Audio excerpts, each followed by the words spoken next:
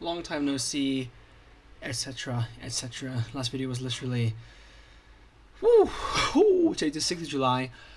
My last video was literally June 26th. So it's been like over 10 days, I think, or 10 days exactly, which is kind of crazy. I was in Belfast. Yep, I was visiting family in Belfast, which is why I didn't record anything, because it's kind of hard to record videos when you're in a different country. And prior to that, I was also staying with family in Liverpool, so again, hard to record. With that, that is not to say that I've been doing nothing though. In fact, I've been doing quite a bit. I think. Yeah, I'd say so. In fact, let me show you a bit of what I've been up to. So most recently, this thing. Well, here it's already open. Now this will compile it, I don't think, which is the issue. Because I'm having some issues with this. Okay, where is that? That is on desktop. Line 33, was it? Yeah. Let's just. Okay, it's kind of important though, so I can't just ignore it, which is the issue.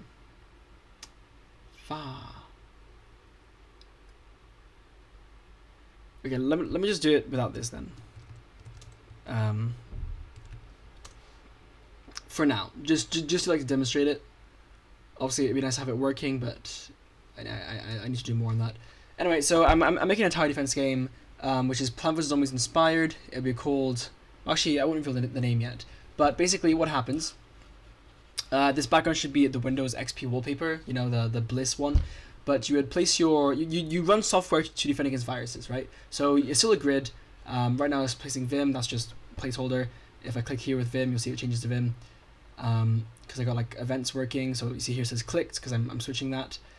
It's very early stages, so like barely anything does anything. But you can see I've got placement working. I can move my thing around and use delta time to keep things smooth. If I go out, it's smoother. But if I go on the grid, it's grid fixed. That took a while to get working. But really, most of the effort so far has just been getting the actual game engine set up, because I am making this with SDL3 in C++.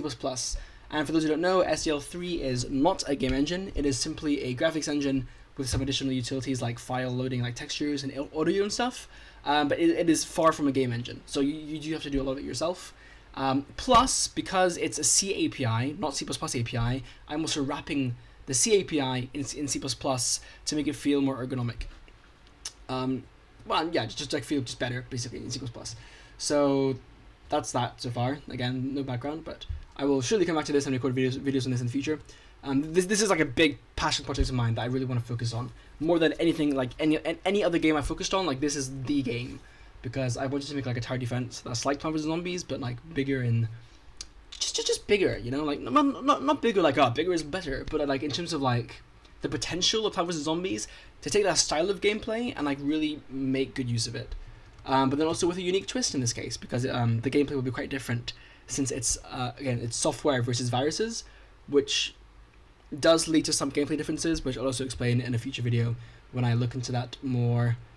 Well, when I focus on that more thoroughly. But anyway, just quickly, you can see with my project structure, I have the actual game here. So like I have it's very disorganized, but I have my main here, and then my stuff from the actual game, like the desktop, the buttons, the apps, which are the things you spawn. I got like a drawable interface and like app button class, and then I have the STL3 wrapping of the library here. So if you look at, say, let's take the window. Right, you can see here I'm including these libraries from SDL3, and then I've got this enum, which is the enum class. Enum classes don't exist in C. So I had to make this myself in C++. Right, this is part of the wrapper, and then I also wrap it in a class here. So you can see I call the SDL create window function from. Whoops, that's supposed to be V from. Okay, my keybinds are not listening to me. From the SDL library right there. So that's wrapped there, and then you can see in the D structure, because I'm using a standard unique pointer, I have destroy window as well, which is called automatically at the end of scope, which using RAII, right? And here I have the lambda to call that. So that's kind of the project there. It's quite cool, definitely not easy, but I plan to take it quite far. So that'd be fun to work on. And speaking of of RAII, actually, I was talking on the Discord server, the language, the program language development Discord server. I mean, I wasn't really talking like that deeply about it, but like as someone was talking about garbage collection, because I said I don't want a language with garbage collection, because right now I'm looking for alternatives to C++, right? And Rust is a big one, but there are others. But like I'm not quite, well, I'm far from satisfied with Rust as well. So I really want a language that's like as flexible as C++, but but like has good ergonomics, and therefore is not garbage collected, because that messes with the flexibility.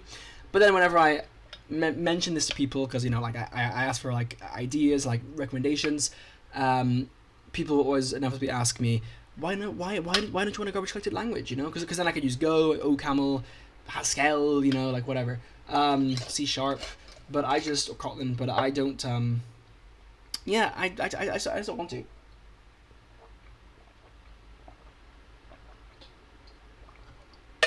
Again, for flexibility reasons. But apparently, garbage collection can be advantageous in some cases for performance, because the software / algorithm / whatever that manages the garbage collection, right? The garbage collector algorithm or program can make very efficient choices in terms of when to deallocate memory, right? When to clean up memory. So that's quite interesting. But in my experience using garbage collected languages like C# and Java and Haskell and whatnot, it's just like, especially because I like to do a lot of like modding, game development stuff. Like having that fine control over things is really important to me, and I'm not a fan of just giving into like magic, and like I get that module languages are so magic anyway, like compared to like the underlying assembly, but at least I can like kind of map what's going on. But with like garbage collection, I have like a whole other agent working below, or I guess on top of my existing software to do additional things, and that's just a bit too wizard for me. Now maybe my opinion will change over time, but for now I don't, especially because I don't see it as particularly necessary.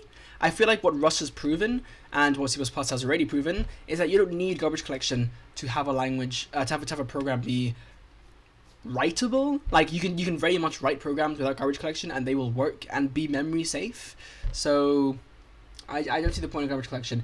Now again, the performance argument is interesting. That is definitely interesting, but I need to see more of that in action before I'm really convinced by that.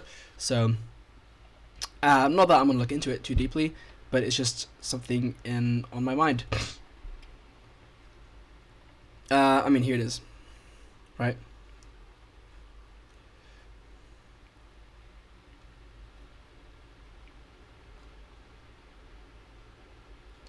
Yeah, this was the discussion here,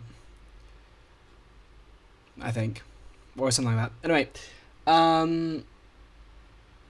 what else? Oh, also, and this is now the main topic of this video, in fact, let me just check there isn't anything else I've been doing in the meantime.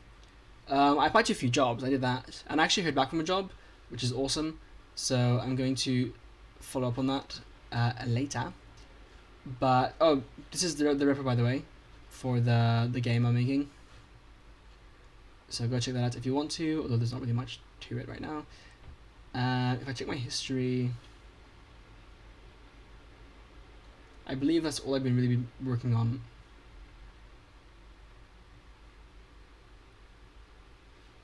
Oh yeah, that's right. I also revisited my. That's right. So I was also working on a while ago. I wanted to make an RPG terminal game in Rust, and it was called just Terminal because it was gonna be like a pun about terminals, like computers, and terminals like train stations. But that idea just didn't really go anywhere. So instead, I decided to turn it into a Plants vs Zombies RPG. Now there's pretty much nothing to it. So far, and I doubt I'll continue it, because making that project is what made me realize that, Rust just isn't the language I want to use. But it is there for now, and I haven't archived it because who knows. But yeah, I was working on it on the ferry to Belfast, and you can see I've got the game here. with my modules and stuff. It's quite clean. But really, my biggest issues with Rust, it's not the bar checking, by the way. I think that's completely fine, honestly. If not just a bit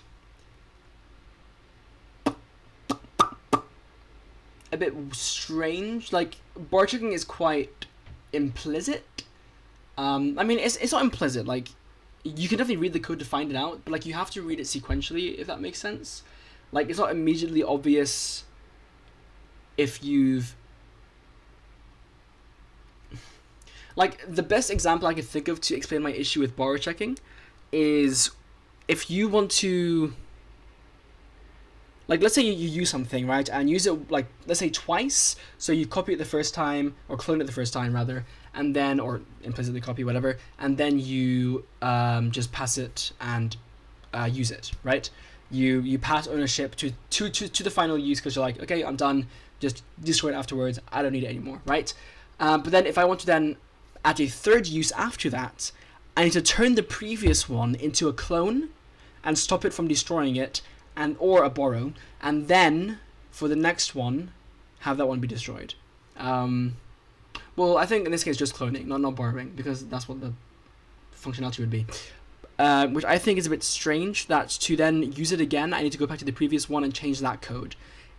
A more elegant solution wouldn't require that, I feel like, but at the same time it is explicit, so it's not like a huge gripe I have, it's just something I've noticed that is a bit strange.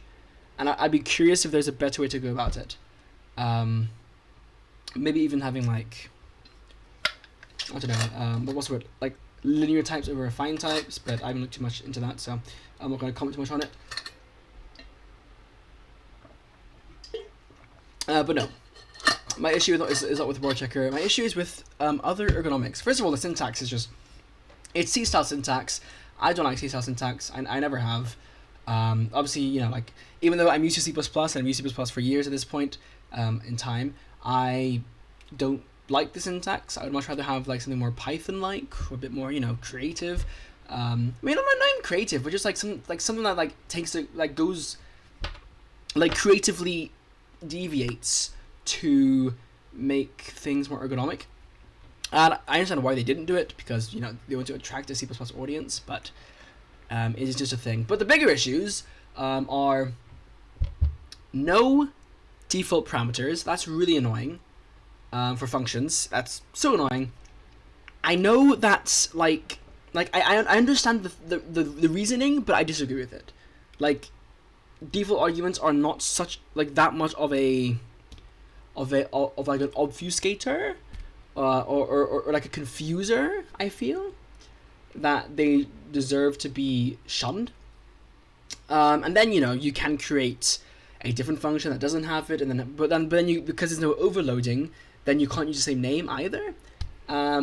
With overloading as well, I don't necessarily agree with overloading. Now, you can get around overloading by having templates, not templates, having traits, right? Because if a trait implements a certain function, then you can overload that function in a way, if that makes sense, which is good, and I feel like that's a clean way to do it. But there's some cases where you don't want to make a whole trait system, and you just want to have overloading. But to be fair, that hasn't come up too often, so I will give you that. But the third thing is no... Okay, actually, the third thing is no default struct parameters either. That's also really annoying. However minor, it is really annoying, and it means that you have to wrap it, like, your struct in a constructor anyway. You know, like a static function impl constructor. You know, with a new whatever by convention called new, and then passing the arguments anyway, which is just, again, annoying, and like you don't have default function arguments again. So, like, you still have to make that explicit regardless. So it's just really annoying, because then you have like new, or with size. You know, if you want to optionally add the size or use the builder pattern, which I just feel like at that point, just add the fucking default parameters. Like, it just adds so much complexity to something that really doesn't need to be that complex. Like, it's not a big deal. People can just look at the function, look at the API for it, look into it, look at the signature, and they can see the default arguments. And same with the struct. So I feel like it really isn't a big deal. And then the other thing, which also really is annoying, and just the cherry on top, is no named arguments. Like, I know not many, languages have named arguments, to be fair, so it's not like a feature that many people miss, because it's not a feature that many people have used. But I've used it in some languages, and it is huge. It is massive, and I miss it massively right now in C++. It is also a big gripe I have with C++ right now, is that no named arguments makes code so much harder to read and organize and, like, build an API around. Like, people I don't understand. Why have the Rust team not added it? Like, there are literally existing workarounds where you will create, like, an alias type, so that I can distinguish between this float and that float, because I want to make it clear in my function calls which one is which, and I say with, like, booleans and whatnot. Guess what? If you just added named function arguments, that would not be an issue. You wouldn't need that, because, like, those problems would just go away. They would disappear. It is ridiculous. It is ridiculous. And, like, it makes things more, like, for a language that wants to not have overloading, because I'm guessing it's too complicated or, like, too confusing, like, is it any less confusing to just have, like, this arbitrary list, like this order of arguments that you don't understand unless you read the spec anyway? Again, just really stupid. And, like, for structs you have to name the fields, but for functions you don't. I don't understand it. I don't understand it. It's really annoying. Rust was so close. If Rust had that would make me so like using it so much more over C++. But, like, because it doesn't, I am immediately just looking for alternatives at this point, because it is really, really annoying not having it.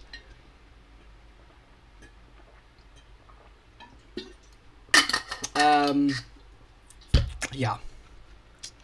There are some other issues I have with, like, how structs and impls feel disconnected. So, like, I have the tendency to want to treat a struct as just a struct. Like, when like, the way that I can explain it is when I create a class, right, in C++, I'm creating an abstraction. That's how I think about it. Like, if I create a game class, that thing is a game, and the functions I call into it and from it are the game doing that thing, right? But when I have a struct, I think just like, okay, it's data. So now I have functions for that struct that are impelled, like, separately. And first of all, the disconnect can lead to, like, or organization issues, because you can have an impl, like, somewhere else in the file, which is just, I mean, like, obviously you can manually keep that in line, but it's just not the loveliest. But the bigger issue is, I think, like, okay, so now the struct data is doing something, or, like, I'm doing something to the struct data. That's how I envision it, and I know it's, like, perspective, right? But that's how it feels when you put the struct front and center, right? And like, there's no constructor. Like, the constructor is just these struct fields, and you just fill it out. And again, like, there's no defaults. Like, if you want the defaults, you have to create a constructor or use a build pattern. And by constructor, I mean a static function called new or create, whatever you want to call it, because it's, again, like, it's not even standard. Like, it's just a convention. So that's also really weird. Again, it's purely mental. I can still treat a struct as an abstraction, but, like, it's just, like, the way the language makes you present it makes it feel really weird, and I still haven't gotten used to it, and I feel like I won't, because it almost seems intentional that, like, you're meant to treat this as data. I mean, this is a bad example because the game has, like, fuck all in it, but if I look, like, here, well, was it mod? Okay, I don't know why it was there. Like, if I look, like, plant, right? I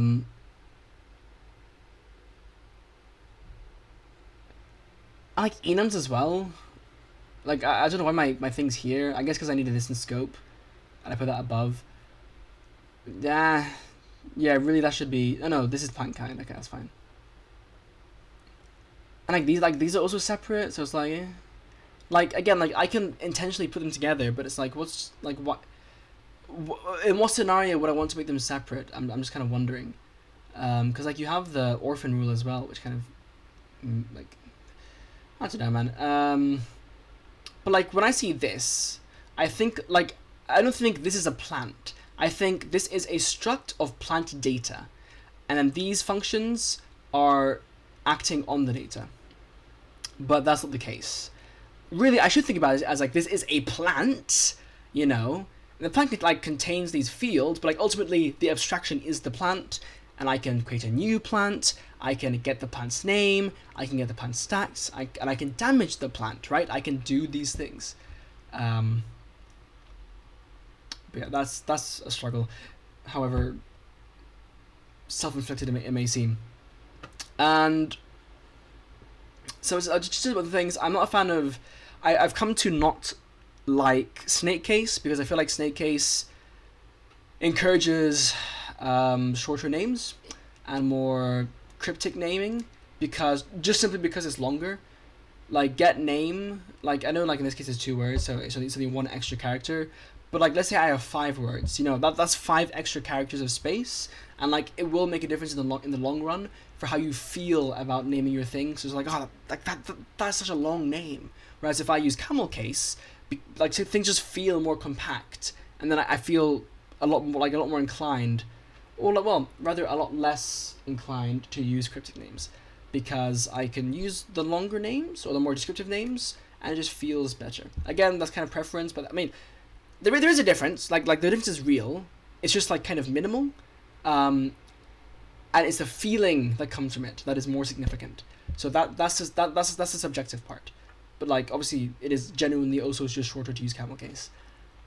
Plus, it's also consistent with using Pascal Case for types. Like Pascal Case here and then Camel Case for this. Whereas where Camel Case starts with a lowercase letter, and Pascal is the same thing, but it starts with an uppercase letter. Like it makes sense. It feels fitting. Yeah, so that's my take on that as well. And the annoying thing is that Rust forces you to use Snakecase, right? Whereas in C++, in my project, I've now opted to literally just use Camel Case because I can, and because I prefer it. And same with the file names too. Like there's a reason I'm using capitals here, it's just because it just reads better than using Snakecase. Like for mouse button event, I much prefer to use that, and then have get button type like this. Like it just looks better. I used to be a bigger fan of Snakecase, but like at this point in my career, I just don't.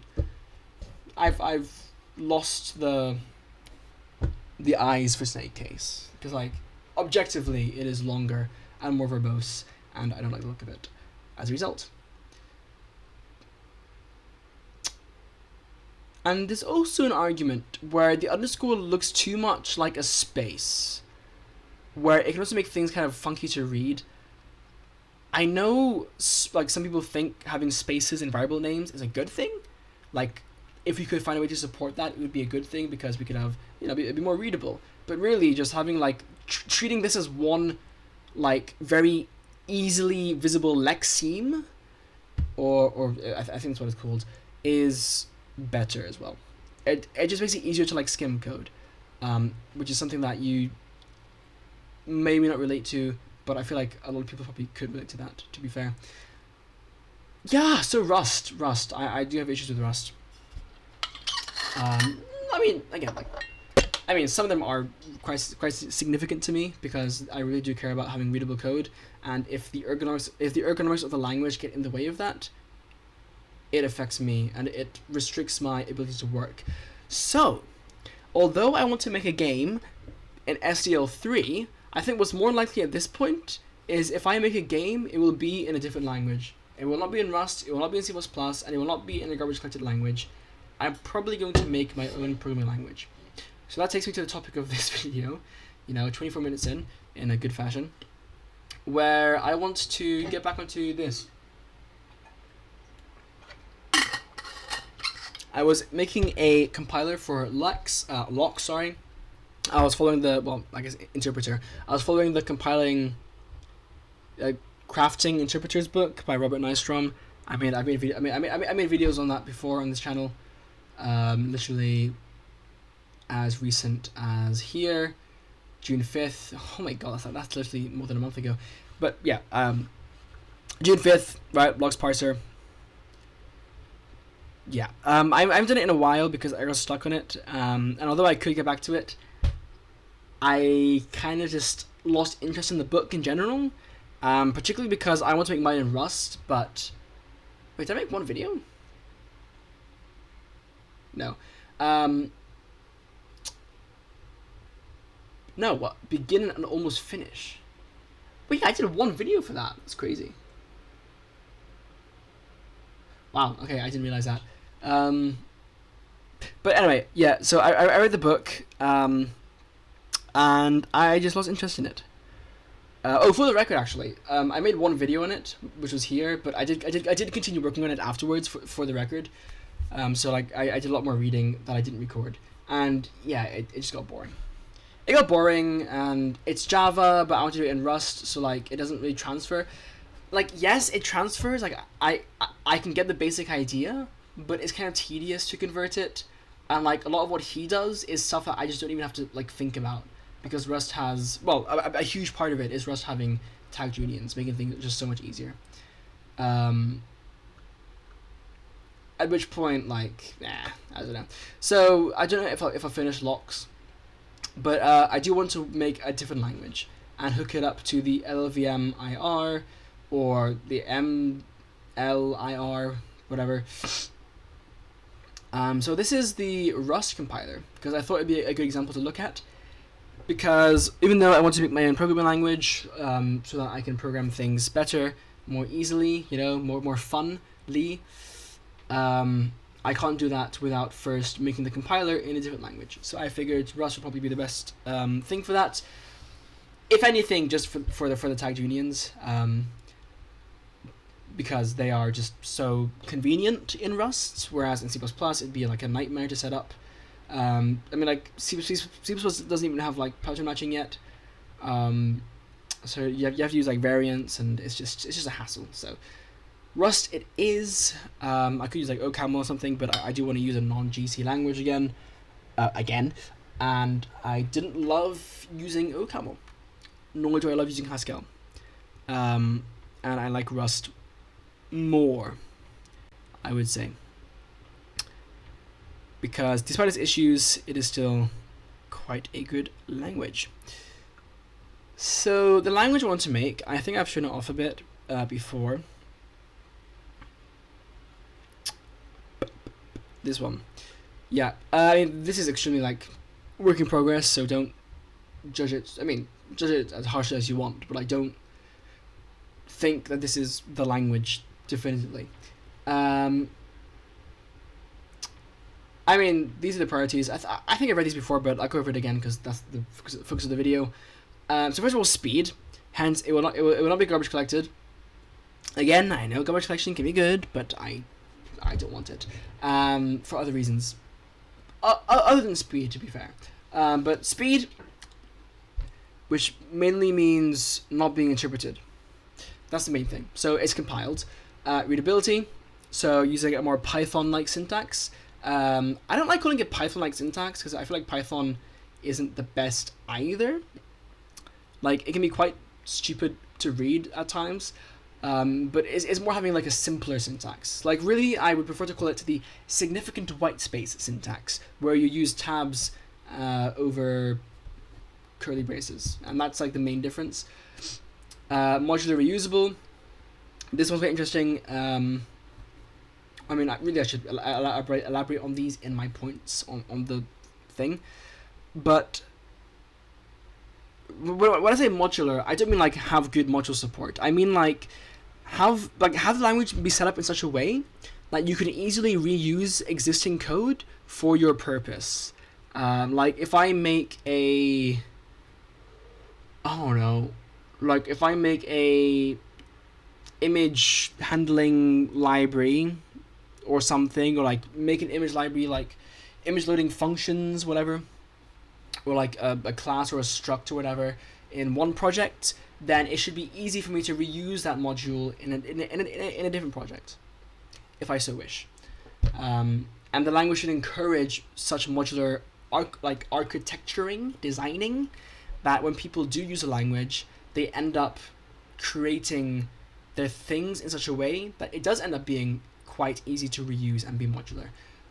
as opposed to like, let's say C, whatever, where like what you're making is so hyper specific that it's not really going to be useful to other projects. So to that extent, like generic code as well, but again, having it be performant and not compromise on that. Scalable. So looking at like the reason that I don't like languages like Nim, Odin, Zig is because I feel like they don't scale well. C as well, because I mean, you know, I'm aware that the Linux kernel is literally written in C, but it's not easy to keep track of, and the more you get, having all that, like not allowing yourself to have objects that can encapsulate data, or like, well, not data, functions, really takes a toll. And it's the reason that I just haven't been able to use any language like that. That at least doesn't have namespacing, at least, like, or like objects or whatever, to any major extent. And so when I think scalability, you know, I begrudgingly think like Java, C#, and C++, because they all have object-oriented programming. And Rust, because hold on,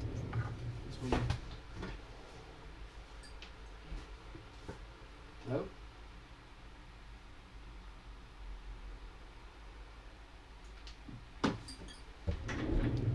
Yeah, I didn't mention, by the way, my headphones, I don't have them because I left them in Ireland, so I'm going to get them back later.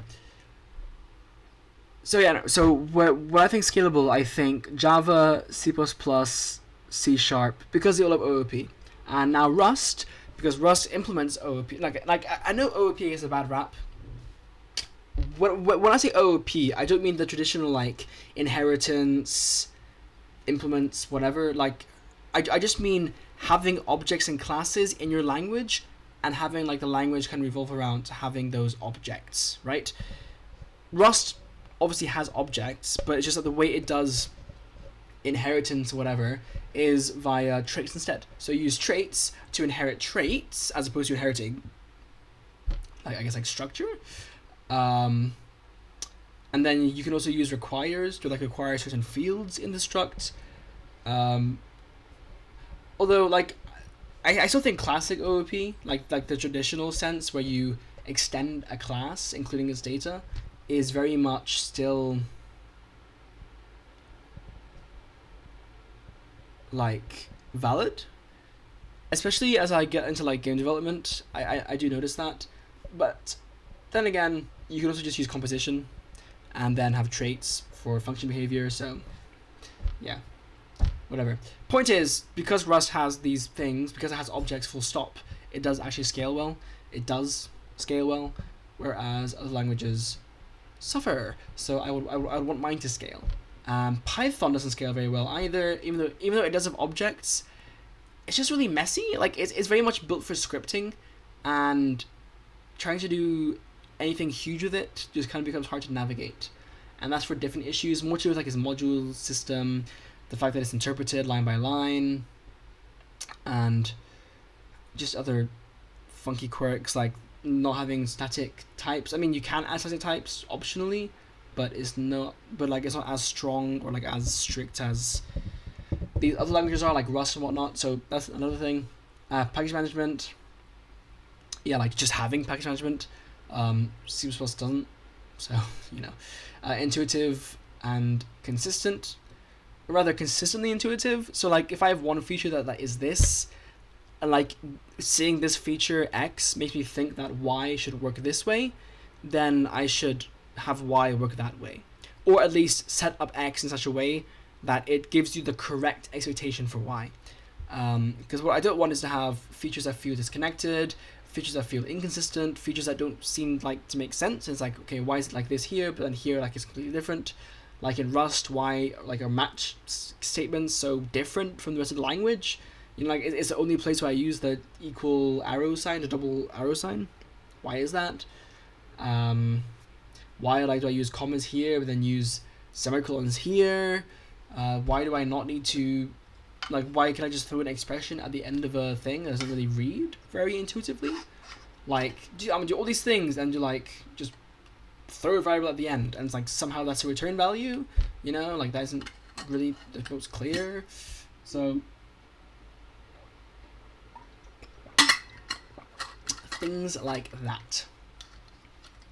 And in the case of like C++, you have like keyword reuse, like the same keywords can mean different things in different contexts, which is also not good. And then easy to debug, because fuck me, debugging C++ is a nightmare. Even with with errors as values, like you especially don't get much information.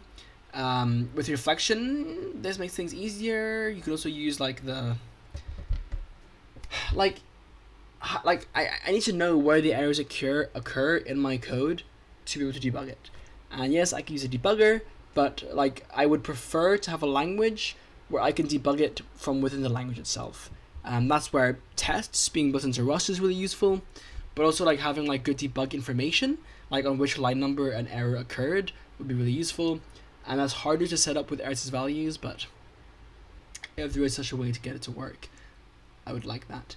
So that's the philosophy, or the priorities. I do actually also have philosophies here. But these are fairly whatever. The main thing here are the examples, right? So we have import, standard IO. Let's presume that that double colon is still used for name placing, like it is in C++. That isn't necessarily just because, like, that isn't because it's familiar and therefore I use it. It's because I genuinely cannot think of something else that would be better. Like you could do dot, but like that would confuse namespaces with objects, instances. I don't want to do that, because they are different things, and as long as they are different, they should be treated differently, because otherwise you're just creating confusion. And then you have define as a keyword, and then start, and then here I have a unification of variables and functions. So you can see that I define x of type this, and likewise I can define a function, which is the exact same syntax here, but just the type is different.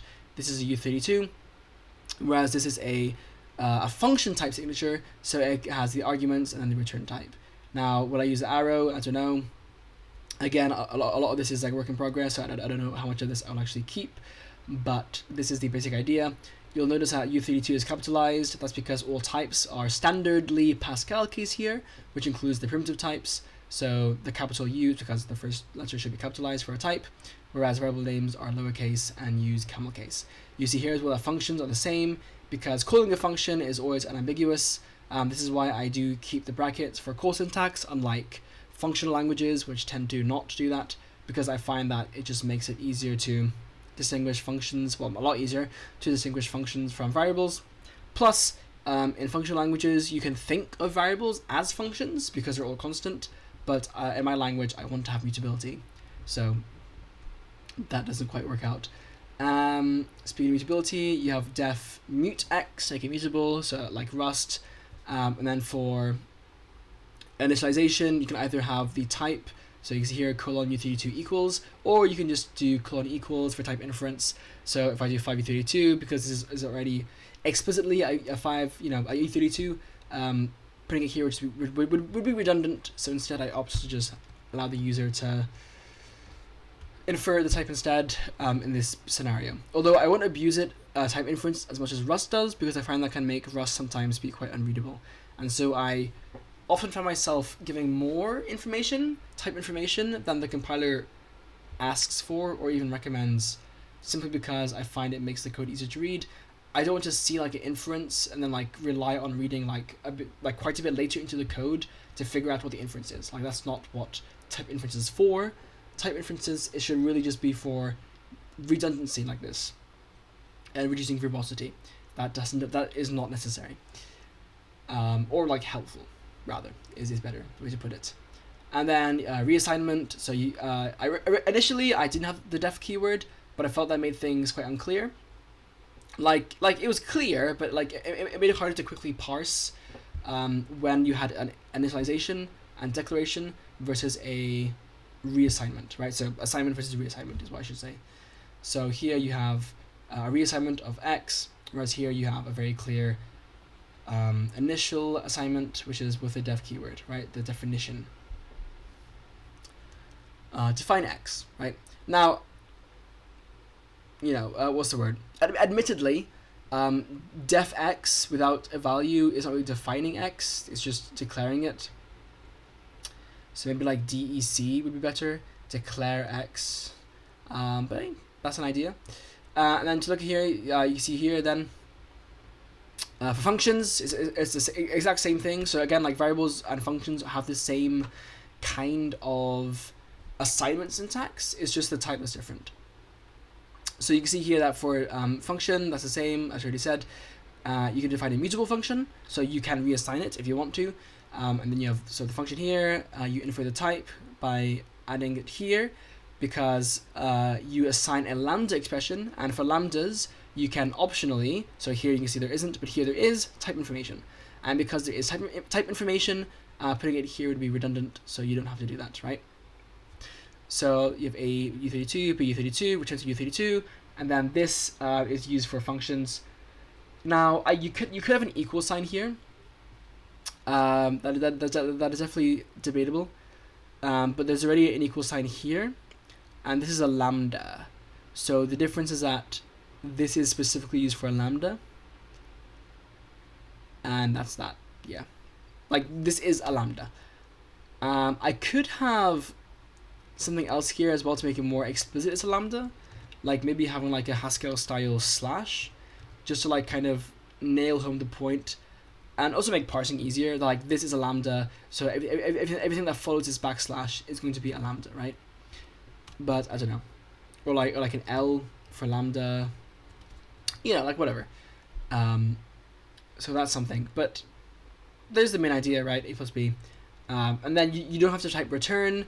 Only for single line functions or lambdas, whatever, you can do no return, right? An implicit return, but for multiple you cannot, because I don't like that feature in Rust. I don't have that written down here, but just know that that's in my mind. Yep. So again, you can reassign. Here I have A B because the type is already known. I don't need to repeat it here, and then I change A plus B to A minus B. That's fine. And then again, I reassign here. This time I add the type information explicitly because I can if I want to. And then here you can see I'm defining another thing, and then returning A plus C explicitly because I can't define something and then like just throw A plus C at the end. I need to return it explicitly, or else it's unclear. So that's that. And then here you can see I do the same thing with the main function. Main has been renamed to start because start just makes more sense, right? I did consider doing Python, where you just don't have this at all. Like the start is just implicitly the top of your file, but I find that makes it harder to find the entry point of your program. You want to be able to just like search for start and then find the start function, right? So def start is just void, so it takes no arguments, it returns nothing, and then you assign it via a lambda, right? So lambdas are like a big part here. You are making use of the existing language feature lambdas and making them like a core, like you know, you're using them to their full potential, for what you would expect them to be used for, which is, well, if I can use a lambdas to define a function, then why would I not use that to define a function? Like, you know what I mean? Maybe that seems unintuitive to people who are used to other languages and other ways of doing things, but I feel like if you are in particular a new programmer, if you see this, you'll be like, yeah, so if I have this as a function, and then I can optionally give it a name, right? Likewise, I have 5 as value, and I can optionally give it a name, x, right? So same line of thinking. And then here, print line. Again, significant white space. Tabs are used, no spaces, because, you know, the tabs versus spaces debate. I think if you use spaces, it just makes things easier. Like, just press tab, and then first of all, it's simpler. Second of all, you can customize your own tab width. So if you want to have 2, you can. If you want to have 8, you can. Like, it's up to you. You don't like you can customize that without affecting other programmers, which I think is a good thing. Like, it's an accessibility feature. I don't see a reason to force people to use 2, because maybe they find it hard to read, and likewise, like, force it to use 4 because maybe they don't want 4 because like it's too much for them. Like, just like that kind of thing is so arbitrary and like preferential that tabs just fix it. It's like, why would you not use tabs? Plus, it's easier to parse tabs because tabs, again, like, it's just one character. Whereas for spaces, like, you have to count it. You're like, okay, 1, 2. Ooh, is it off by this? Ooh, your indentation is off, right? Plus, you can mix tabs and spaces. So, like, spaces could have a different purpose for, like, manual alignment of things. Whereas tabs are, like, a strict, you must use tabs. I don't know. But, like, just, like, I don't see a reason not to use tabs. I believe everyone has a tab key on their keyboard in this day and age anyway. Print line, by the way, You'll notice that I use curly braces instead of normal braces. That is because I want to have normal parentheses be used exclusively for expressions, particularly because my language that I'm designing, I don't want it to have operator precedence. I think it's clearer if you just force having to use parentheses around nested expressions, because then it is clearer to the reader and they don't need to remember like pet mask or whatever other arbitrary operator precedence that exists within the language itself, right? And that's why clang for C++ literally will like has a setting that the clang tidy will tell you to also do the same thing, unless you disable it. But I think it's a good feature. Well, a good restriction. So yeah, some IO. You put line what's your name, read line, and then you pipe it. So piping is awesome. And then for this particular piping syntax, it's inspired by Gleam, so you can target where you want to put the output, right? So I call read line, and then I pipe that into this argument here, which means that I don't need to have the first argument to be what's being piped in. Because usually for languages that support piping, it will, or even like dot syntax, it will take the first argument and turn that into the input implicitly, but that means that you can't like mix it with other arbitrary functions. Here you can, because you can target this. And not to mention that in my language, even if you want to have it be the first one, the first thing here, you still have to explicitly target it. So like there's no like implicit rule there, like you just always have to make it explicit, and it's not exactly like difficult to do, like it's not cumbersome to do it in that case, as I think I might have an example here. I don't, okay, whatever, but like it's there. Yeah, piping is awesome. And sorry, did I even explain the curly braces? Yeah, I said why. Now I might bring back the parentheses and instead use curly braces for nested expressions. I'm not sure on that yet, but I will think about it. Also, it just unifies function call syntax with struct syntax, because I don't see a reason why structs and function parameters should be treated differently. They're literally the same thing, just that a function's parameters are just unnamed, like an unnamed struct, right? But otherwise, like the syntax can very easily be unified. So I feel like why not do that if you can. Division, just an example to show how you could handle a division thing. Now this is where it gets interesting. So in this language, every single value is errorable, which means, and the benefit of this is that you can have implicit okay, but then an explicit error. So like if you have used Rust before, you have okay error, right? Or in C++ you have unexpected and just the normal value result, right? Now in C++ it actually is implicit. Like you don't have to explicitly say standard okay this. Like you just do the value, or you return standard unexpected this, right? Like that's the kind of thing I want. In Haskell you have left and right, like whatever you're used to. The point is, 2 is just 2, and an error would be an error enum, and then like a struct or whatever that has the type or the whatever data as well, maybe, I don't know. That's that though, right? So the benefit is that I don't need to, like, unlike what Rust does, I don't need to have like an OK2, OK6, OK2.5 like everywhere all over my code. I don't need to do like OK5 divided by OK2. No, I can just do 5 over 2, and then if there's an error that occurs at any point in the calculation, it will propagate the error into the rest of the things, because also the errors are unified. So if you return one error into another, everything is part of the global error namespace, such that they can merge, right? They can unite. So errors can be arbitrarily propagated with no issues whatsoever, which I think is also a good thing. Now, maybe there's some issues I haven't considered there that come with that, but I feel like that's fairly straightforward. It's what Zig does for its error handling. The main difference is that Zig doesn't support data in its error enum, whereas I would like to. And I might say Kojo, but having these, like let's say I have 2 plus 3, right? Like I know for damn well that's not going to throw an error, because like it's not going to overflow, because I probably have like at least 8 bits and it's not going to like. Yeah, I don't know what else could go wrong with that. So like with 2 plus 3, like why am I wasting my computation, right, by having 2 be implicitly be like a result type, and then like it adds that to the plus function, and then like it calculates this and like checks if it's an error. Like, Kojo, that's so expensive. But then what you can do is have the compiler have a proof system, right, such that if you can prove to the compiler that your thing will not return an error, then the compiler can optimize that code and remove the checking for it just for that section, so that it becomes efficient, like normal. So then your 5 plus 2 looks like 5 plus 2, it compiles like 5 plus 2, but if you were to have an error and under different circumstances, then it would catch that error, and then you could handle it.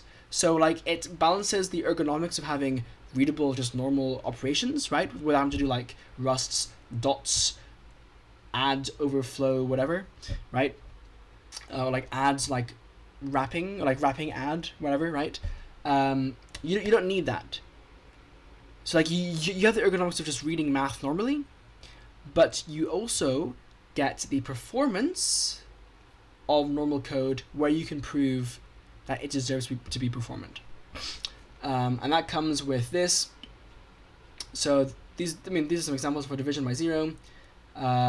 So here we have a get programs args function, and you get the first one, right, input, and then you convert it here, and then if it fails, then you do else.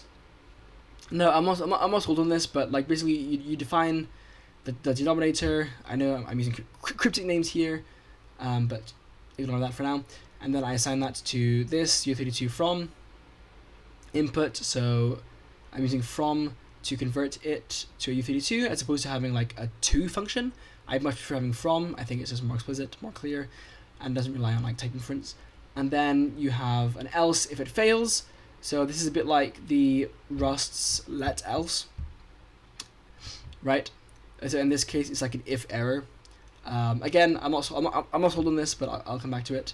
And then I have this double right arrow to indicate the start of a scope. Again, I was not sold on that, so I might come back to that later. Well, I will come back to that later as well. But then you really return, right? But this could be an error, right? Because you haven't checked if D is 0 or not. Like if D is 0 here, which I don't check, then this could very much be an error. So in my program, because it's non-deterministic, right? It depends on the user's input. Then my program would have to check, is this an error? And of course, you would expect that to be the case, right? You would want it to check if it's an error, otherwise it's going to crash your program. Unless you wanted to explicitly, right, crash it, which you could do optionally. That's perfectly fine. But by default, it shouldn't crash your program. It should just error as you would expect it to error. And then, however, if you do check if D is 0, right? So this is my version of pattern matching. You have the is keyword instead. So if D is 0, then you would print an error, and then you return. And then because the compiler sees this, it's like, oh, okay, so I guess D, well, not I guess, I know that D cannot be 0 by this point because I have returned if D is 0. So the compiler sees that, it confirms that via its proof system, whatever, and then it says, okay, then if I want to do 5 divided by D, it can't really possibly be an error. Now, maybe there's some like funky overflow error that I'm not considering here, but my assumption is that nothing can happen. Like if I do 5 over 1, it's 5. If I do 5 over 5 billion, I get like either, I think 0. So that's fine as well. So that shouldn't error. So then this would just be optimized to not check for errors. It would just do the calculation and then print it. I didn't mention, by the way, echo is a special keyword that prints something and is only active in debug builds. So if you are doing debug builds, those get filtered out. Also inspired by Gleam, very cool feature. Gleam, by the way, is a very cool language. Well, it's not really a very cool language, but like it has some very cool ideas. So that's really cool. But anyway, that's a bit of some ideas there. There are many other things that I want to write about, like features wise and like how the language would work, but that's like a quick look into the, like, that might give you an idea of like the philosophy behind it. And then I also have some ideas here that I've written down. So like for example, having a not, the keyword not as a suffix.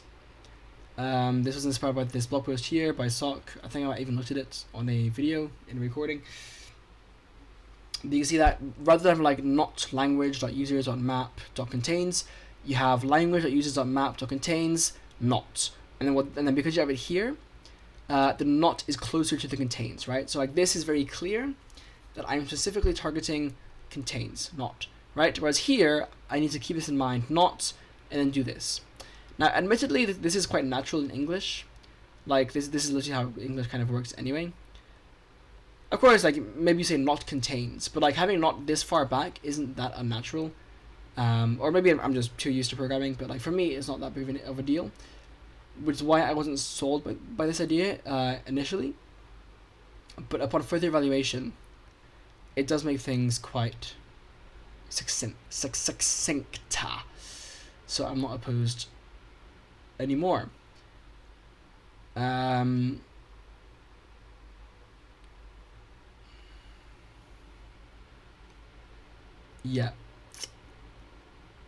The issue though is that this looks quite good because it's like treating not as like a property, right? But I haven't really thought into properties. If you don't have properties, then it would kind of be more natural to implement it as a function instead, like as a function of bool. So dot not with a function call syntax. But then I was also thinking, what if you just had, well, not just, but like what if you also instead had special syntax for suffix operators? So some ideas here, maybe not, I don't know. But anyway, either way, it's one idea. A big idea is the pattern matching if. I've already talked about this in a previous video, so go look for those if you want to have a look into that. But this is a sneak peek. Basically, replacing match statements like Rust style match statements, and instead unifying it with if statements by having is and universal ... syntax that lets you just like kind of repeat things. But yeah, it's quite cool. The biggest issue with it is exhaustive checking. Otherwise, I would have made this into a blog post by now. Because exhaustiveness is a bitch when it comes to language design syntax, like syntax design. But it is still an idea. This is pretty minor, but something to consider. Targeted piping, awesome.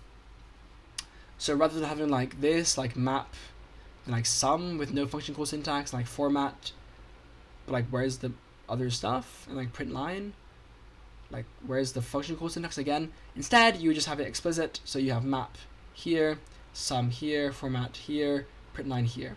So then it's explicit for all of them, and then you can also specify where you want the stuff to go, right? So that's pretty straightforward. And then some other things, a wildcard could be used to do things. So like say I have this, right? I can take the sum of the result of the map times 2. Now admittedly this wouldn't work because I can't times the array by 2, but ignoring that, I can do this minus 5, so I can take the sum of this, right, and then subtract 5. That is something I can do, because the underscore is modifiable in that sense. Yeah, and then that becomes syntactic sugar for this, right? Let's just assume that like the times 2 like multiplies each member by 2. It shouldn't, but that's the example I gave for some reason. And then, yeah, so like basically like this then is just a more readable way of this. Or if you were to create a temporary variable for each one, then it would read like this instead. And this is obviously just way more clear, right? Like this is ridiculous. This is perfectly fine. And the benefit of this is that you don't have to have like a minus function. Like you can just subtract 5. Like it's pretty normal, right? So that's pretty cool. It gets around the issue of like currying and partial application in functional programming. It like allows you to have that in a non-functional syntax language. So like in a language that still uses parentheses or brackets for function calls, having the underscore be like the go here thing is useful. That being said, you don't have to use underscore. You could also use a different symbol, like I said here. You could use like a dollar sign instead. Point is that like it's a fill in the blank kind of thing. And then also for debug printing, you could mix that into the piping. I think I go over that here.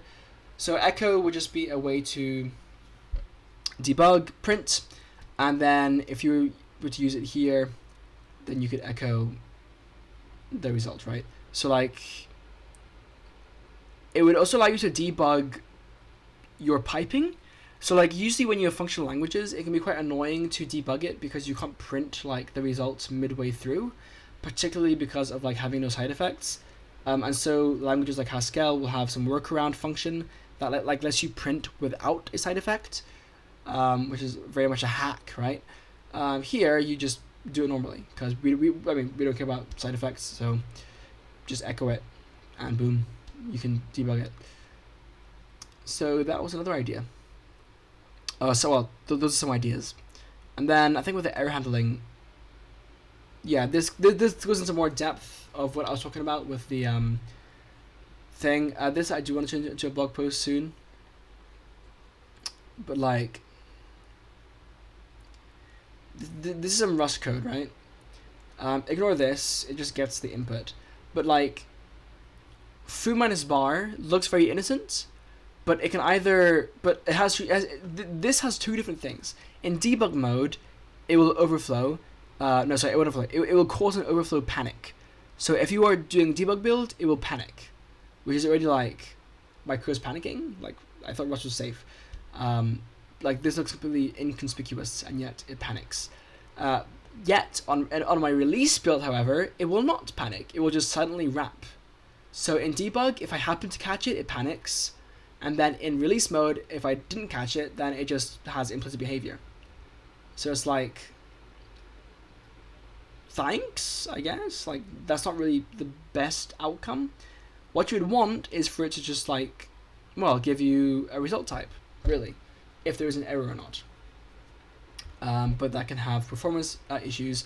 So Rust has all these different functions. You have checked sub, strict sub, unchecked sub, saturating sub, wrapping sub, overflowing sub. Like you have all these functions, which, by the way, like you use these instead of just the minus operator, and then you can have some intended behavior, including the behavior which you would probably want to be default again, which is this one, the checked sub, except preferably with a result type and not just an option, right? Like Zig has a wrapping operator, like wrap minus is something you can do, I think, which is pretty cool.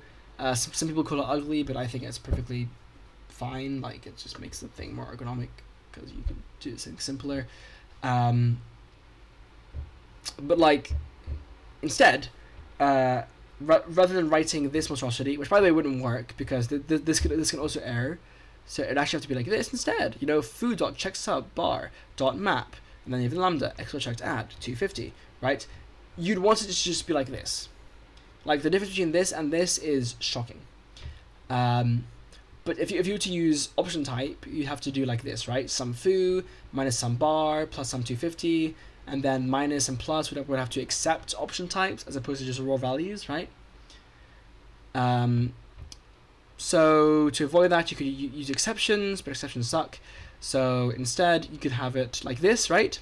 But instead make it implicit. So OK is implicit, and so you have this. And then I went on to explain more, but Obsidian decided to fuck me over and delete all my writing, so that's gone.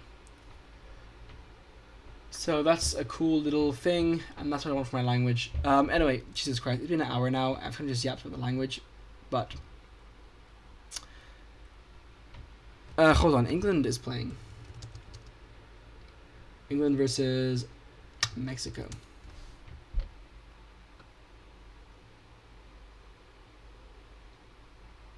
Okay, as I started, yeah. I am gonna watch that later. Hopefully England win, although I think looks like a quite good team. Anyway, so that's the language I want to build. A very long, well, it could definitely be longer, to be fair. Like, it is a programming language, but like that's kind of a gist of what, like, the kind of language I want to build. Okay, a bit laggy. So this is the Rust compiler.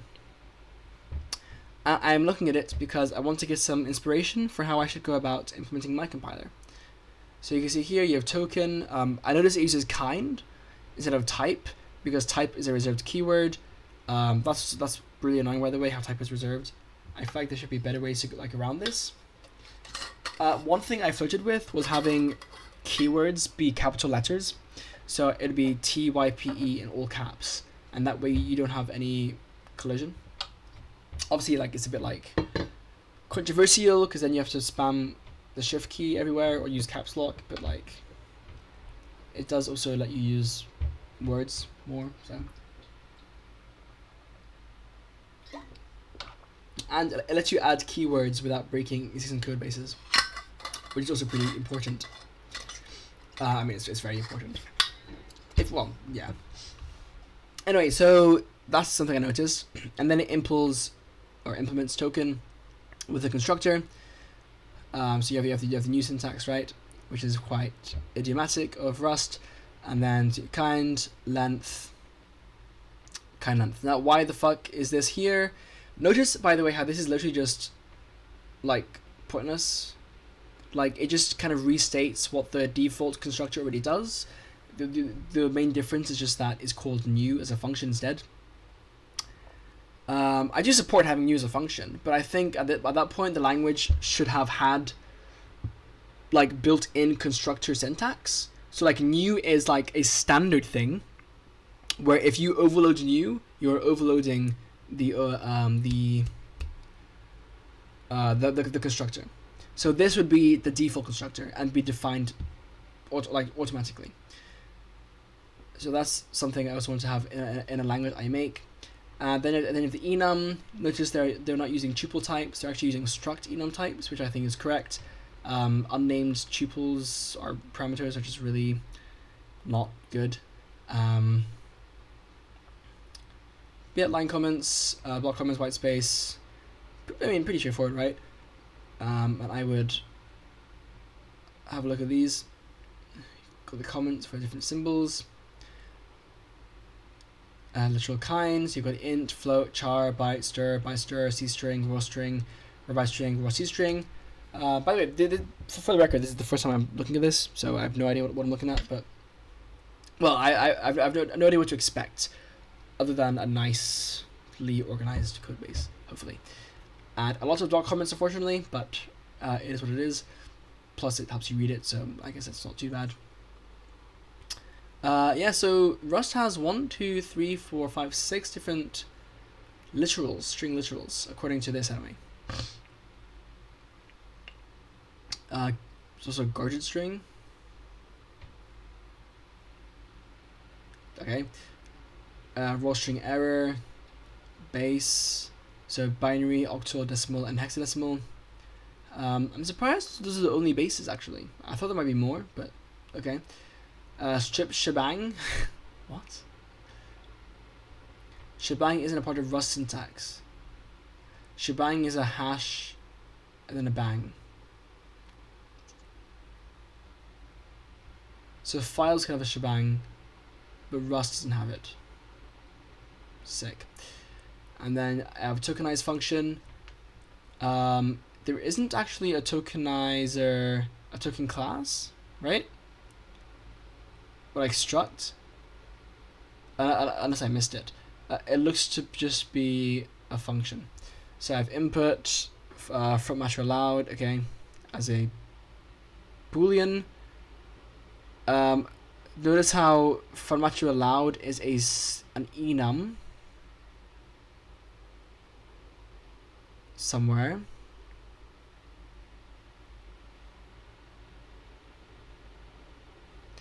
Which is yes or no. Like, isn't this a bit stupid? Like, again, if you just had named function arguments, you wouldn't need this. you would just do it. And I feel like the only reason that Rust doesn't have it yet is like name function arguments is solely because of this workaround that people have glazed, even though it's literally the most annoying thing in the world. So anyway, so you recognize that cursor equals cursor new. Okay, from function, if I move lambda, then you have white space, directory returns a bool. Funny how it doesn't return is white space, yes, no. And then we have a matches, what do you call it, macro. Not a fan of macros, but at the same time they're useful. Yeah, I just would prefer more like native ways to do it. I know the macros like are native, but I mean like again like with keeping a language feel idiomatic, having macros completely throws it out the window because like they introduce their own special rules. Is a white space. Okay. There is a cursor struct, despite there not being a tokenized struct. So that's interesting. Then it's implemented for different types as well. Okay. So it supports different inputs, so it doesn't have to just be. Oh no, that's a lifetime. Okay, never mind. A stir. Previous. Yeah. And then we got this. Advanced token. Interesting. So that's actually here. So it matches the first char. And then we have this.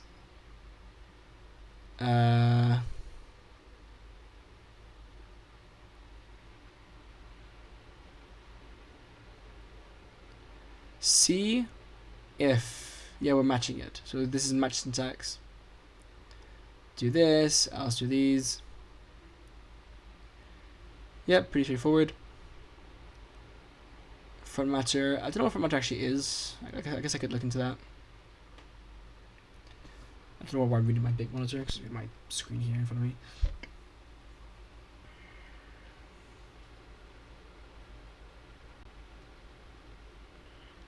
Functions like parsing different things. And yeah, that's basically it. Cool. So if I were to make my own Lexer, I mean, I already know how to make one, but like I would look at this as like a guide for how I could go about doing it myself, just like for some tips, because I turn to this as an exemplar, and then there's also tests, which is pretty cool. How many tests are there?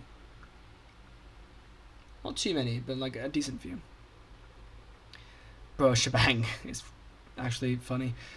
Smoke test. I'm not familiar with that term, but yep, okay. So testing as well, I would implement. So that's the Lexer. Then the parser. You have the AST and the ASTIR, and then some other things there. The Rust AST query contains those things concerned purely with syntax. So let's have a look in the source.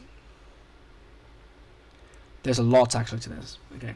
Because like lexing is like the easiest part by far. The AST is where it gets a bit more. The parsing stage is where it gets a bit more difficult. Gee.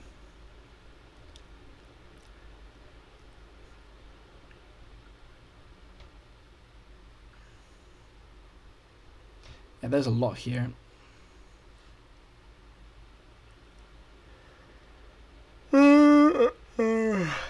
Token.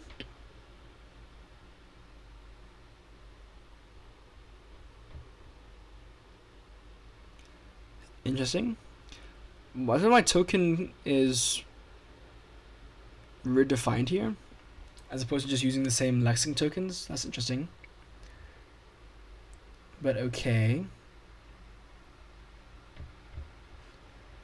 And if I were to go back, there should be a Rust C parser, I think, as well.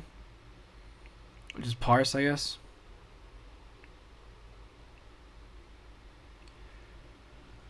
Now I'm confused. There's a Lexer and a parser. Why is there both?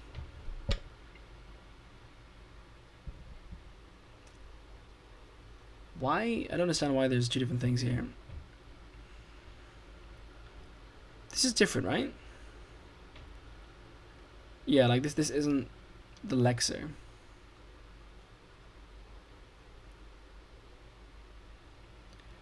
It includes the Lexer. Okay, so I'm not sure what this stuff is. Then we have the parser. It is interesting how the Lexer is just one file, but this is like way more complicated. Some assembly stuff is interesting. I mean, I assume that's what ASIN stands for.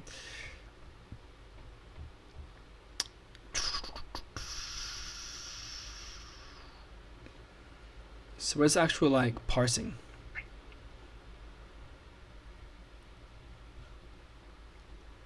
Not token stream now. Actually, it might just be here in the lib.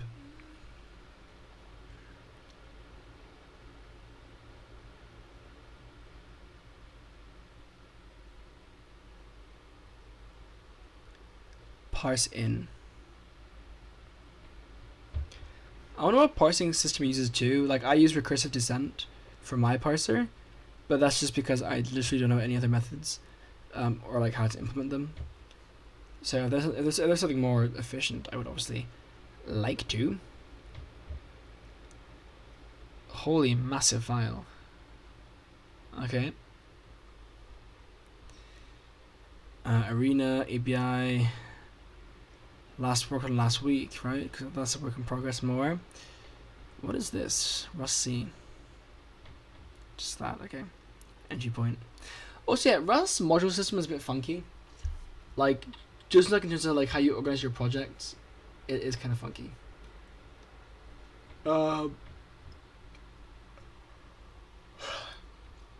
Yeah. Yeah. Like the fact that you need to declare mod something and then use it afterwards is kind of funky, really redundant in a way that I do not appreciate.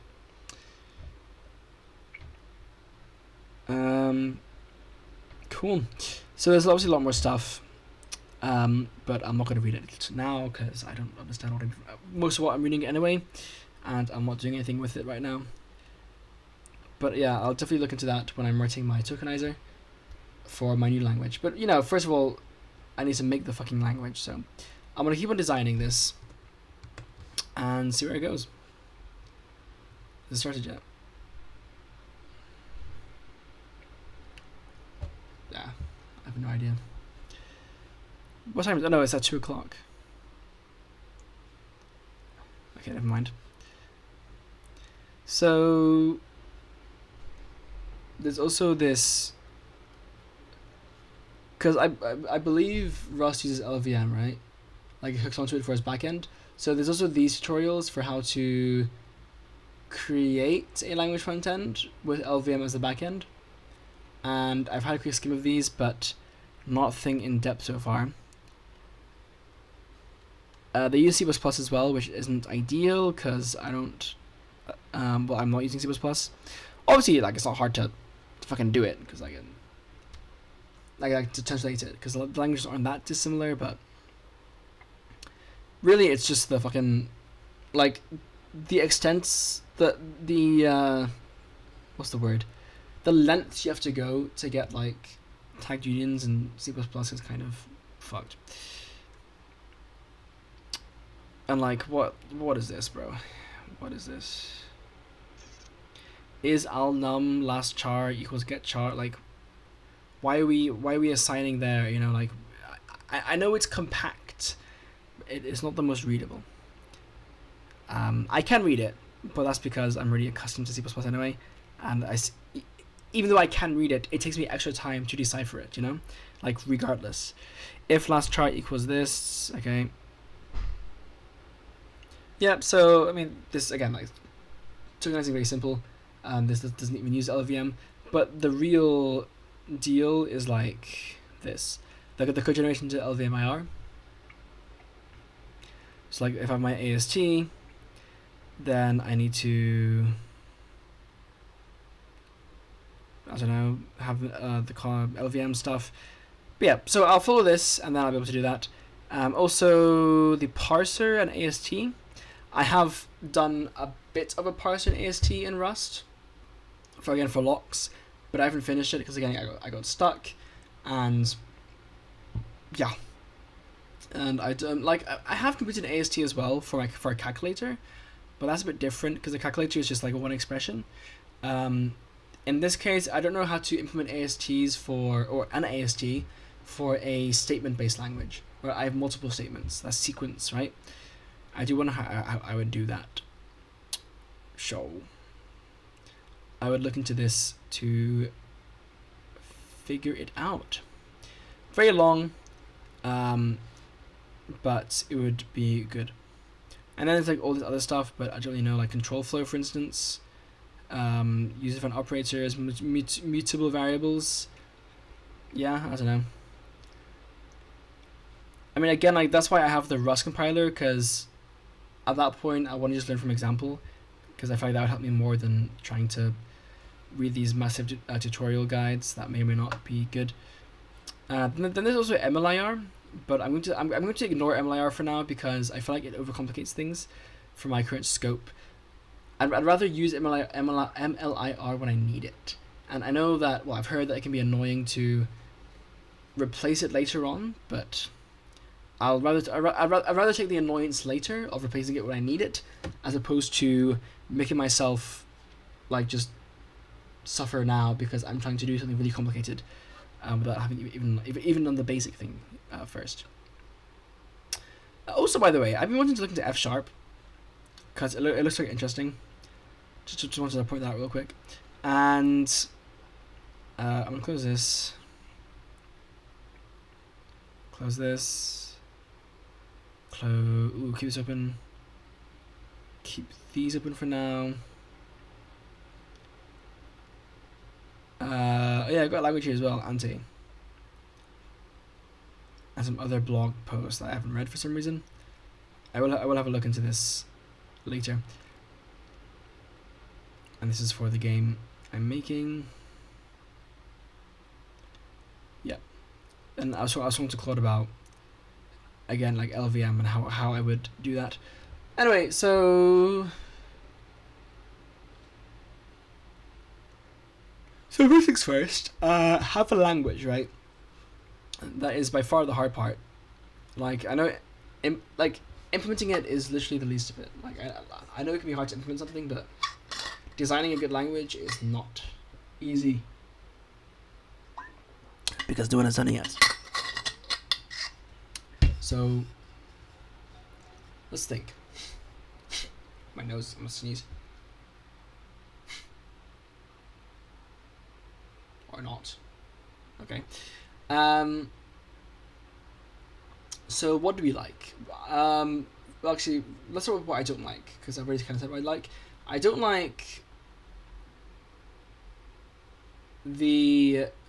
this right arrow being used to open a new thing. I feel like a colon would be a lot more fitting there and would make more sense, right? Because like we want to start the new line, which makes sense. Even here, plus I mean it's also like a bit less verbose, not that it matters. So that's something I don't like. I don't like how the return type is an arrow here for the function, whereas just a normal type is this. Now there is a reason for it, which is that this is specifically again like a lambda. It'd be really weird to have colon equals and followed by another colon here. Like if I had this, it's like, okay, so like this tuple is of type utility. Like it's kind of just weird. Whereas if I have a arrow, it just makes it more explicit. So to that end, I do like it. I also don't like how lambdas aren't immediately obvious. Like yes, you can scan the whole line and see the arrow and see this and be like, okay, it's a lambda. But like it's just not immediately clear. If I had like an L, for lambda, then that would make things stand out more, whether it be like a capital L or a backslash or a forward slash, like whatever, right? Just makes it more clear. Or like a pipe, I guess, I don't know. Like, whatever, just make it more explicit, right? Maybe even like a $ lambda, or like a pound. I mean, I can't do a pound sign because it's not on all keyboards. Yeah, unfortunately, our special character set is really limited. I don't know. Hashtag. Honestly, hashtag's not too bad. Hashtag's not too bad. Because I'm not using it for comments, and I wouldn't use it for macros either. So anyway, other thing I don't like, the colon. The fact that I use it for type declarations here, or whatever, it means that I can't use it for other things like this again. Like, I would like to use a colon here, but because I use a type thing here, I don't like it.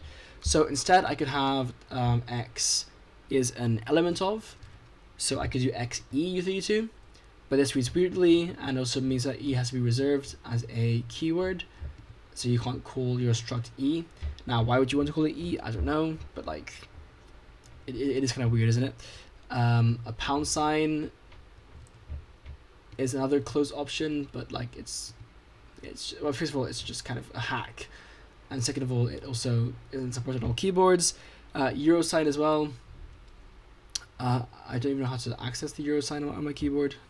Maybe Alt Shift. Nope. FN4.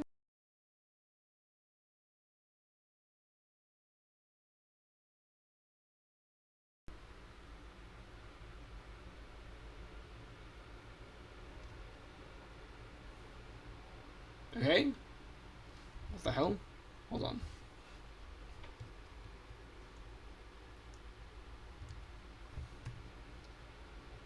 Okay, now my OBS is lagging. Hopefully it didn't just crash recording. I think FN4 just put my thing to sleep temporarily. Okay. Yeah, I'm not gonna try that again. Anyway, Euro sign. I can't seem to reach it, but it's there. Maybe it's like right shift. Nope. Alt-Ger. Ah, yeah, it's Alt-Ger. Okay. Ooh, I actually quite a few symbols from that.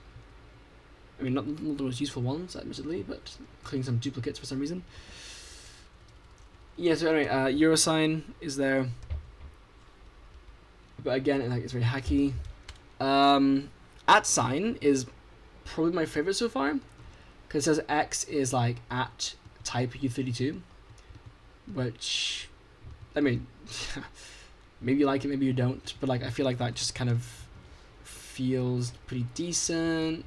And then you can have like at equals instead of colon equals. Again, at equals, and then like this feels more natural because I can just have this, right? So that I do like the idea of as well. Let me just experiment with more of these symbols, by the way. Alt-Ger 1, 2, 3, 4. Okay, so 1, 2, 3, all these. 4 is Euro sign. 5, 6 are fractions. 7, 8, 9, 0 for some reason are the special brackets and braces, even though I also have these on my keyboard, but whatever. Like, are they half width or something?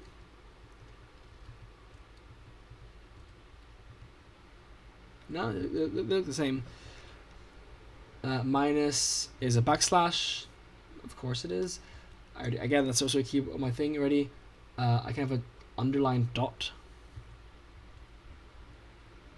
I guess, or just a dot. I don't know why that's there. I have this backtick. I have the not operator, negation operator, which unfortunately isn't standard on keyboards. Oh, that's the wrong button. I have a pipe there as well. Okay.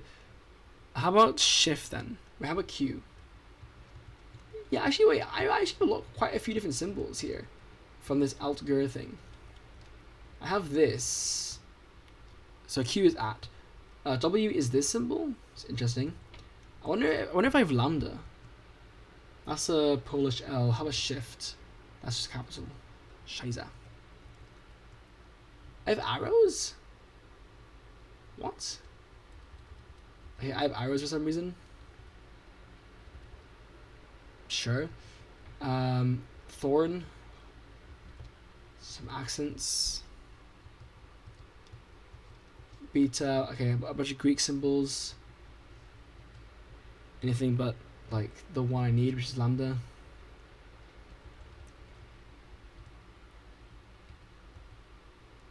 Set sign. Some funky stuff there. Why is me a thing but no lambda? But lambda has to be here, right? Then your capitals, omega.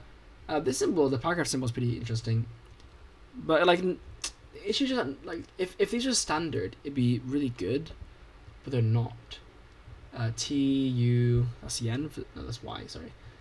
Use up arrow. What is that? O P. Okay, thorn again. Oh, I also have these. Shift is that, okay.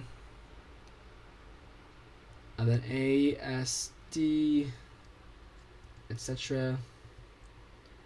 Still not a single lambda. Shocking. Z. Okay, angular brackets. Don't know why those are there again. Times divide? Yeah, divide. Dots. Okay. Okay. She's supposed to dot below it, I guess. Okay. How are the numbers then? 1, 2, 3, 4, 5, 6, 7, 8, 9, 0. Boom, boom. Yeah, so none of these symbols really work. Anyway, so I think as symbol is probably it. And then for this language, I'd also want to have like types be use set theory. So types are sets as well. So the U32 contains a set of U8 and U16. That is to say that U32 can represent all the values that U8 and U16 can. And not only can it do that, it can also represent them in the same way. Although I'm not sure that really matters, but because U32, or rather, yeah, because U32 is a superset of U16 and U8, any conversions from U16 and below to U32 would be implicit because they are effectively treated as the same type in that scenario. Whereas if I want to cast down from a U32 to a U16, then because U16 is not a superset of U32, I has to be explicit, right? So I mean that's just basically another way of saying narrowing and widening conversion, but yeah. Anyway, the point is it is in terms of that set theory, and then I can have unions, so maybe like a caret or something for unions. For disjunction, which would be like an or, you could maybe use this. Or maybe use this for unions, I don't know. But like use this so that if I had like a union between U32 and U64, then this would become a U64, right? It would just be the bigger type. But you know, more realistically, if I have like enum A, then I could union it with enum B, such that these now are combined. So I have a new type, which is the intersection of these, not the intersection, which is the union of these, which contains all of the enums values in one. Yeah. Anyway, that's just an idea I'm going to throw around real quick. Anyway, so let me try this with ats and see how it looks.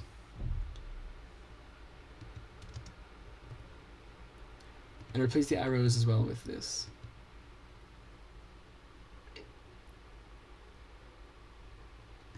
And actually that doesn't make sense now, does it?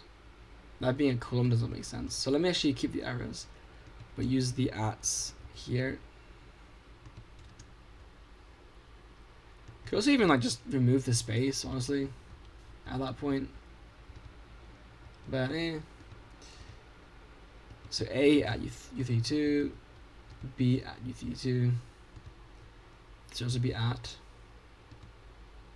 And then I'm not going to put it at here because that's just at apocalypse, so I'll just do this instead, with the arrow. Then same here, at there, and an at there, and an at there.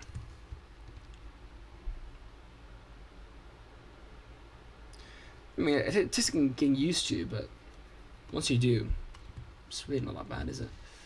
I mean, it's not. I mean, it's not very bad at all. It's quite good, I would say.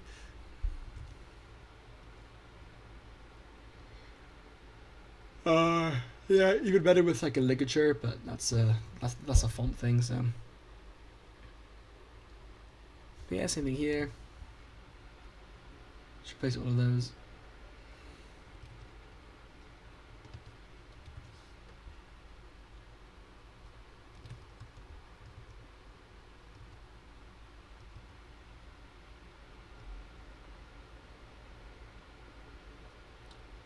Okay, so that's one thing I don't like that I've now fixed. It means like I can use colons instead of these arrows, which I feel like is a bit cleaner.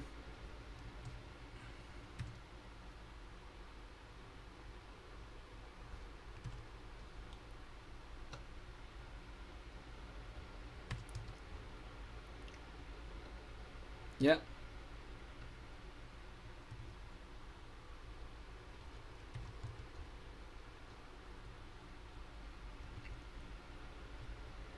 Particularly for these kind of things, and this as well, like the else and the if statement, right? Oh yeah, def was a thing as well. Like really, I'm declaring X, not defining X necessarily.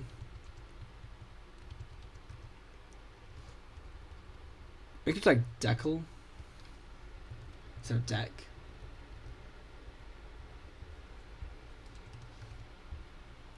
So declare X. I mean, at that point, like, it seems like let X, right? But I like decal more than let. Yeah. Yeah.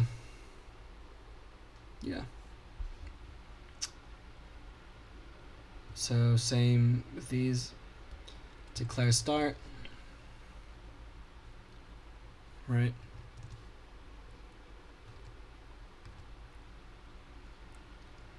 So this is Lua. Declare D, declare input. Yep. I mean, there's many other keywords you could use, like let, again, def, but also like var, I don't know, deck, again, but then there's the braces instead of like parentheses, which can definitely throw people off, and I feel like might not be worth it. So maybe instead reserve these for expressions.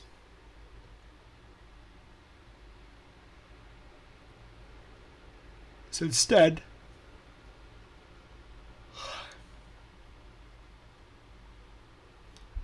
like this would have to be wrapped anyway. So instead you use this. So 5 divided by 2 plus 4, 5 divided by 0. Right, so now these have to be explicitly wrapped because you have this plus 4. So that uses that. And then for normal function calls, you just use the parentheses.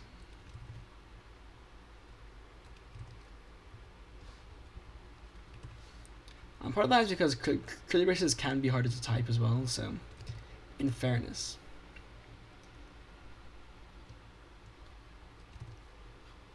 Because one is more common, it makes sense to use it for that.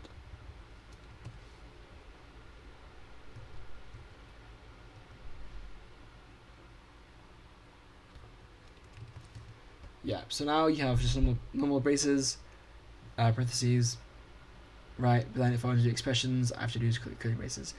Now, I mean, it probably wouldn't be that hard to also just not need curly braces at all in this case, but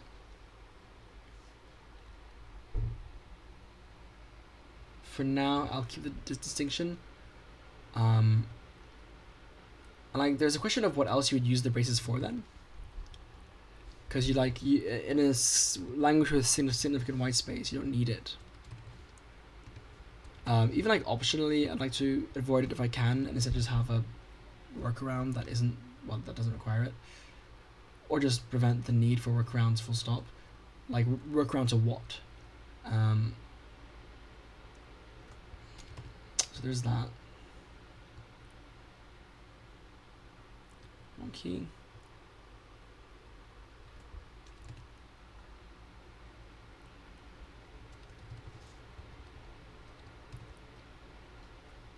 Right.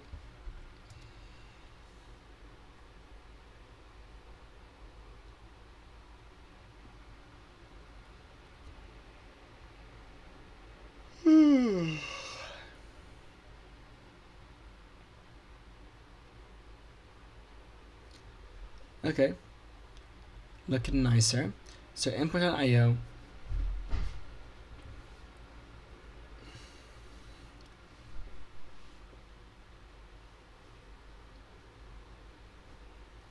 Yeah. Declare start at equals a void type, function type. Void would only be applicable to functions, by the way, and it just looks like that. And then print line, hello world.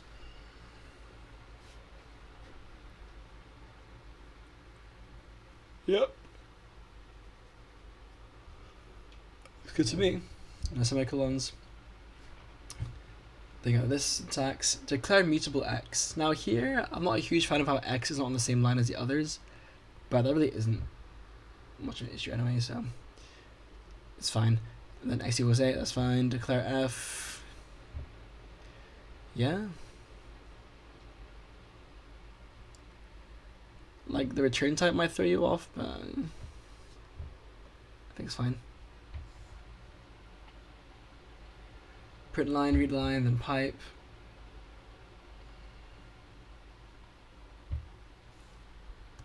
No, you don't need the pipe there. You can just use like a pipe, but I feel like this is just whatever. Like whatever. It doesn't really matter to that extent. But yeah.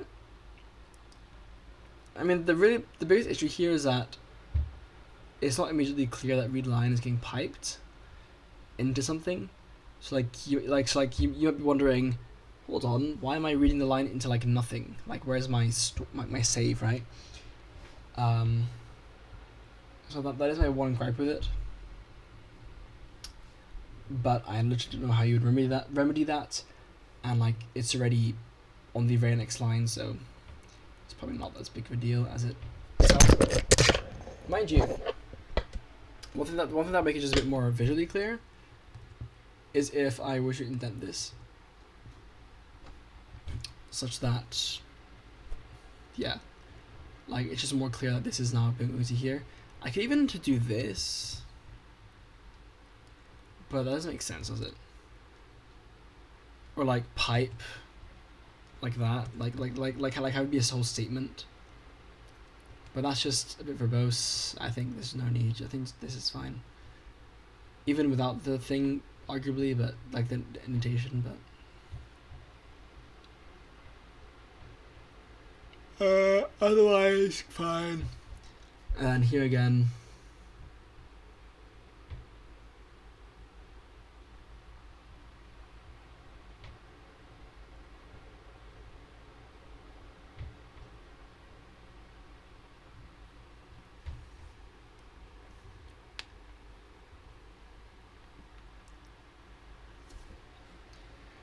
Seems good to me.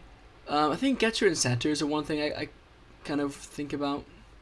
Also, notice how this is not like standard get program args or whatever.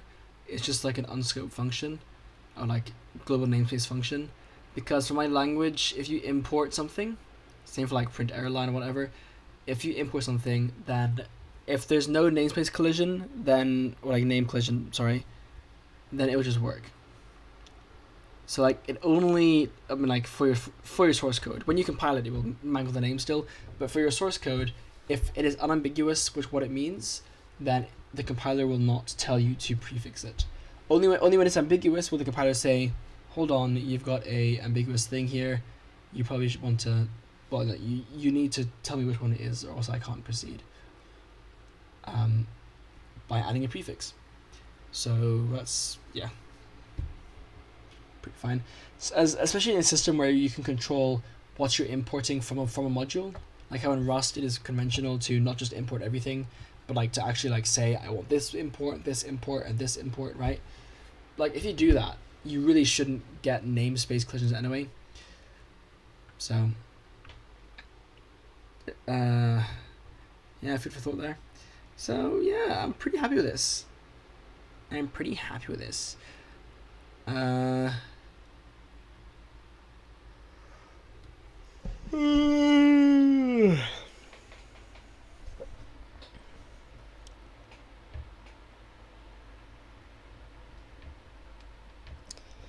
Yep. Not much more. Not blah, blah, blah, blah, blah. Not much more to say, really.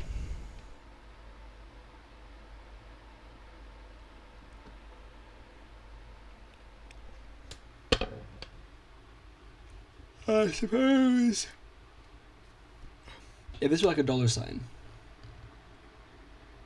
but like nah, I think underscore is better. With a $sign, it's like.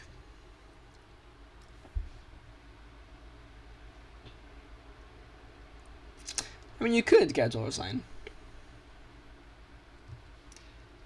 times 3. But I feel like it's just kind of like I feel like it's just too easy to miss, you know, as like a non-value. It doesn't help that like it's shaped like a 5 in some ways, and goes like past like an S variable or whatever.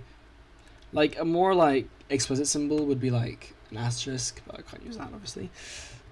Ampersand even kind of stands out, but you want to use ampersand for other things anyway. I think percent sign, like I don't know. I think underscore is fine. Okay, thank you. And then I can do whatever I want to it.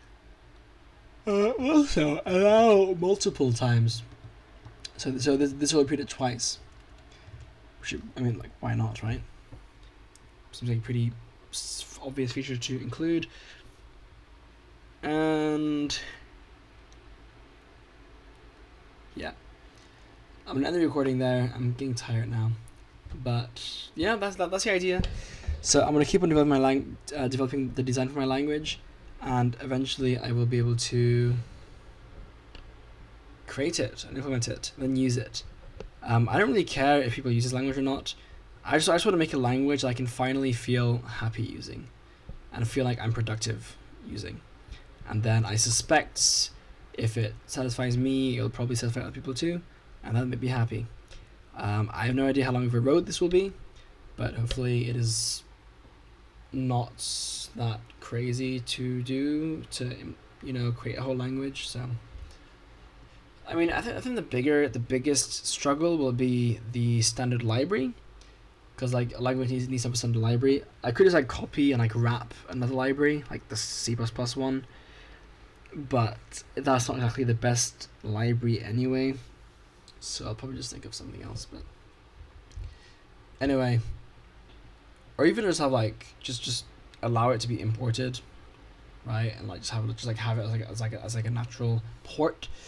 Like a custom port, but yeah. Anyway, so